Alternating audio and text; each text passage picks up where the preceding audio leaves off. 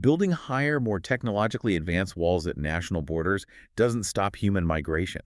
It acts as a massive financial subsidy for billionaire cartels. Because if you only look at the physical border, the concrete, the razor wire, the patrol boats, you remain completely blind to an invisible empire. We are talking about a highly organized, algorithm-driven, $7 billion transnational criminal industry. And the stakes of that blindness are everywhere.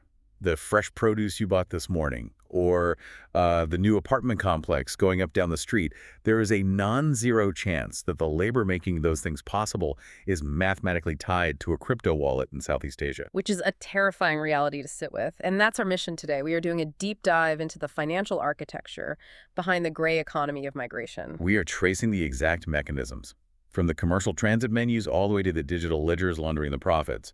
And we're using hard data from the UN Office on Drugs and Crime, the Financial Action Task Force, and advanced blockchain intelligence. Because to follow the money, you have to look at the business models. This isn't a chaotic, disorganized rush of humanity like you see on the news. It is a highly structured macroeconomic transfer of wealth. Right.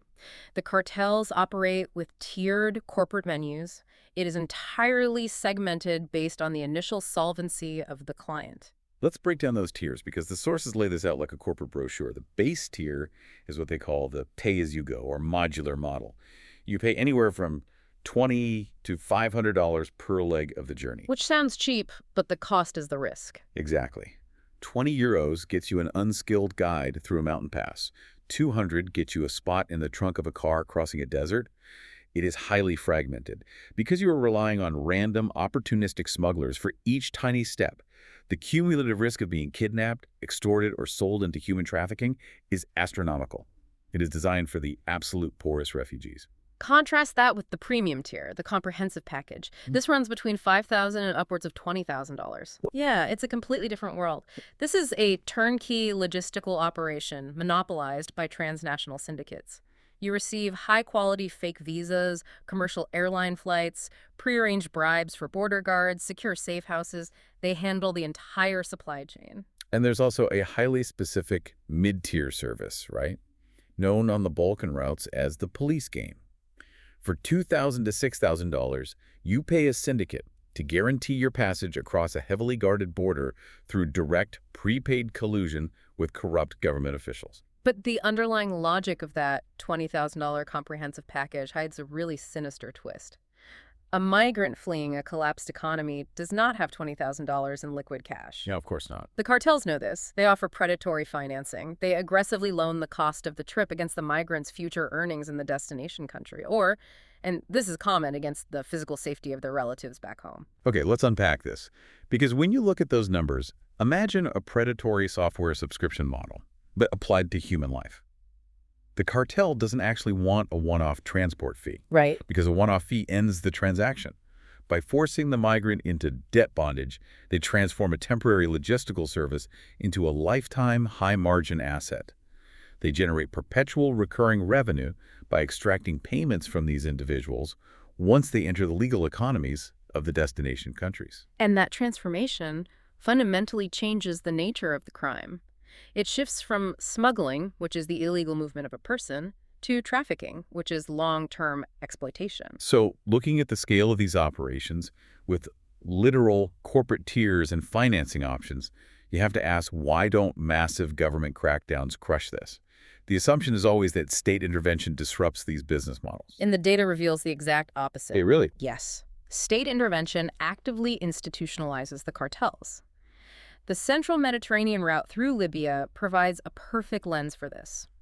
We are looking at a market valued between $290 and $370 million in 2023 alone. Just in Libya. Just in Libya.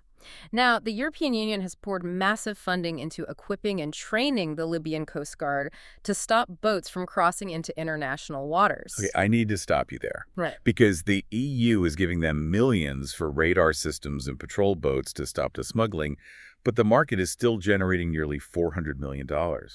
How does a Coast Guard actually pull off double dipping on that scale? Because Libya functions as an economy dominated by armed militias, these local armed groups systematically infiltrate the official Coast Guard. So on one side, they legally receive those million-dollar EU grants. Right. On the other side, they illegally collect massive bribes from the cartels to guarantee certain boats are allowed to pass. So they're essentially charging a toll on both sides of the ledger. It gets much darker.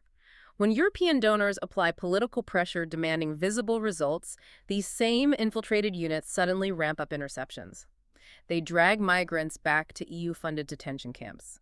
But they do not process them legally. They lock them up, torture them, broadcast the abuse via video call to their families, and demand a ransom. They literally call it abuse for profit. That's horrifying. So the deterrent measures funded by Western taxpayers are directly monetized by quasi-state actors. Exactly. The harder the crackdown, the higher the cartels can raise their prices. We see a different variation of this on the Balkan route. Following massive investments by the EU border agency Frontex, physical fences went up, like the barrier between Serbia and North Macedonia. But those fences didn't stop the migration. They just wiped out the independent, small-time local guides, Which handed a total monopoly to massive syndicates who manage the entire operation digitally from comfortable offices in Turkey. They take zero physical risk, delegating the danger to marginalized locals who just drive the vans. And the monopoly control became so absolute that when governments pushed legitimate humanitarian NGOs out of transit zones, accusing volunteers of aiding smugglers, the cartels instantly filled the vacuum. They began selling the basic survival gear, the tents, the water, the diapers, at exorbitant markups to the refugees. Every single point of friction introduced by a government is instantly converted into a new source of rent for the syndicate. But how do you move hundreds of millions of dollars generated from these monopolies without triggering the global banking system? I mean, you can't just walk into a bank with a duffel bag of ransom money. You don't use traditional banks. You use a 1,000-year-old trust system, and then you digitize it. The Hawala system is the historical bedrock of this economy. Yeah. It's an ancient physical escrow system based on deep interpersonal trust and clan networks. Walk me through the mechanics of that, because moving that much physical cash sounds impossible. Okay, so the family of the migrant deposits cash with a local broker, a hawladdar, in their home country. The broker issues a unique secret code. The cartel only receives the payout from a connected broker in the destination country after the migrant successfully crosses the checkpoint and recites that code. It functions as a safeguard against fraud among criminals. Since they operate entirely outside legal contract law, the money stays locked in the system until the service is rendered. Precisely. Wait, but if the broker in the home country just holds the physical cash, how do the two brokers actually settle their accounts across international borders without raising red flags? Because they consolidate their immense unbalanced ledgers through the formal global financial sector using shell companies and aggressive trade misinvoicing. Trade misinvoicing, you mean they're shipping like a crate of cheap T-shirts, but telling the bank it is $1 million worth of electronics just to move the cash. That is exactly how they do it. They manipulate the declared value of international shipping containers to secretly move the cartel's wealth across borders. It completely obscures the criminal origin of the funds. But intelligence agencies have tracked a massive shift. The Hawala system is no longer just physical. Right. We're seeing the rise of digital Hawala. Terrorist affiliates like IS Somalia operate using invite-only mobile financial apps such as Syphilopay. And you cannot download these on a public app store. You need a direct referral link from a trusted insider. It creates an isolated, cryptographically sealed financial ecosystem. Here's where it gets really interesting. That cryptographic leap is completely reshaping global crime. In 2024, the volume of illegal cryptocurrency transactions hit a staggering $75 billion. But cartels despise the volatility of traditional Bitcoin. You cannot run a complex multi-year logistics empire if your treasury loses 20% of its value overnight. Yeah, that makes sense. So they shifted almost entirely to stablecoins, specifically tokens tethered to the US dollar. And they rely heavily on the Tron network, which handled 58% of the global illegal volume in 2024 because of its minimal fees and high-speed smart contracts.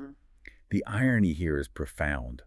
The blockchain is a publicly visible, immutable ledger. Anyone can see the transactions. It is simultaneously the criminal's most powerful logistical tool and their absolute greatest vulnerability. Which is exactly what happened when the P3 Financial Crime Unit Task Force worked with Tether to freeze $130 million in criminal assets. Law enforcement found the central switch and turned it off. But the cartel response was instantaneous and algorithmic. They immediately migrated their operations to decentralized algorithmic stablecoins like DAI. Yes. So Tether's like a traditional bank. Yeah. Law enforcement can show up with a warrant and the manager locks the vault. But DAI is just a vending machine sitting in the middle of a desert. There was no manager to hand a subpoena to. It is governed purely by decentralized code. It is physically impossible for law enforcement to freeze those wallets. And this technological arms race birthed shadow marketplaces, offering laundering as a service. The platform Huyoni Guarantee, operating out of Southeast Asia, has processed over $70 billion in transactions. They act as the escrow agents for everything from human smuggling logistics to the infrastructure supporting massive cyber scam operations. And that convergence of physical smuggling and cybercrime introduces a completely new layer of horror. Because migrants who fall into debt bondage aren't just sent to construction sites anymore. No. They're sold into fortified scam compounds in special economic zones in Myanmar, Cambodia, and Laos. They are held under armed guard and forced to run sophisticated crypto fraud operations, like pig butchering scams targeting citizens in the U.S. and Europe. And the profits from forcing migrants to steal crypto are then cycled back into buying better boats and buying off higher-level politicians to smuggle more migrants. Which brings us to the ultimate macroeconomic trap. We have to look at what happens when a single cartel achieves total market dominance over a geographical choke point, and what happens when a country actually tries to shut the border down. The Darien Gap is the perfect example of this.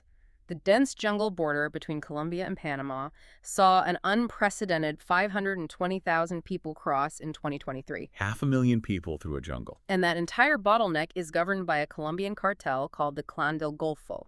They operate a rigid, state-like fiscal system in the jungle. Every single migrant is forced to pay a tax, receiving a color-coded bracelet as proof of payment. That mandatory tax alone netted the cartel over $50 million in pure profit in a single year. But for the migrants who arrive at the jungle's edge without the cash to buy the bracelet, the cartel imposes a brutal form of immediate debt bondage. They force these individuals to carry heavy backpacks filled with cocaine through the deadly terrain to pay off their transit debt. The migration pipeline is structurally fused with the global narcotics supply chain. So what happens when a destination country actually succeeds in shutting this down? Let's look at the macroeconomic data for the United States.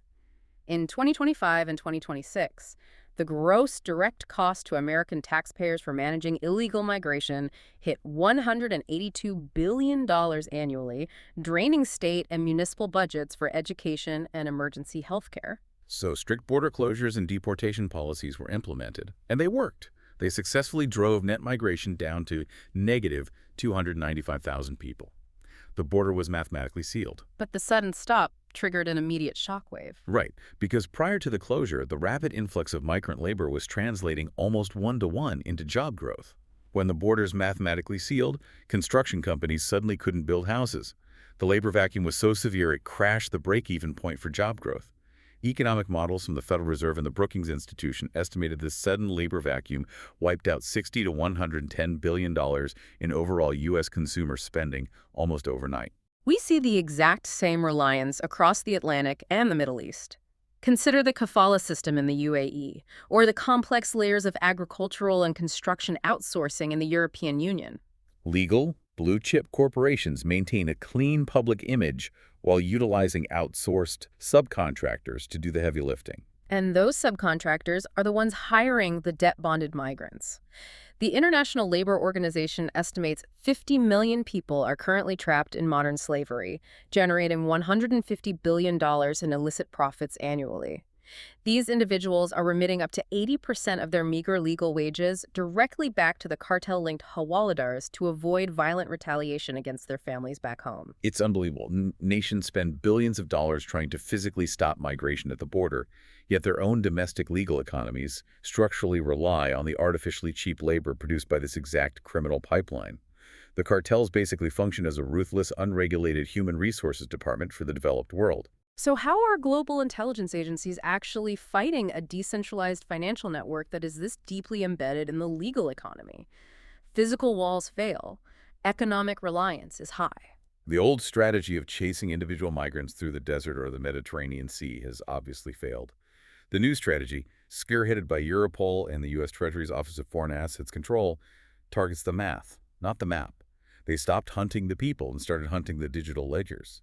They implement targeted sanctions against cartel leadership, systematically severing their legitimate front companies from the US dollar and the Western banking system. To do this, they employ OSINT open source intelligence and AIDANET, which is advertising intelligence. Generative AI constantly scrapes the darknet and encrypted Telegram channels where smugglers aggressively advertise their routes. They cross-reference that data with massive troves of cell phone metadata.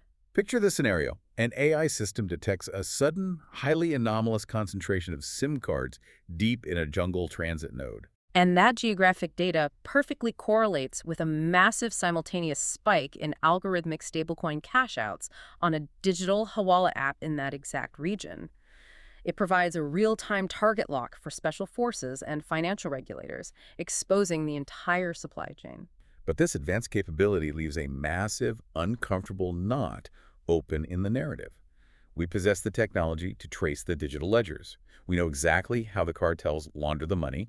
We understand precisely how these debt-bonded workers infiltrate the supply chains of Western construction, agriculture, and hospitality sectors. Right. So to what extent do global, highly regulated corporations knowingly look the other way while their subcontractors wire the wages of desperate migrants directly into crypto wallets controlled by cartels in Southeast Asia? The data is there. The money trail is illuminated on the blockchain. The lack of accountability at the top of the legal economic pyramid is deafening. Let that sink in. This requires a total shift in how we frame the problem. The old explanation that border security is simply a matter of geography, of rivers, deserts, and pouring more concrete no longer works. The true border is not physical. The true border is a digital smart contract, and the actual front lines of this war are located inside the financial compliance departments of global banks and tech companies. Which leaves you with a deeply unsettling question to mull over.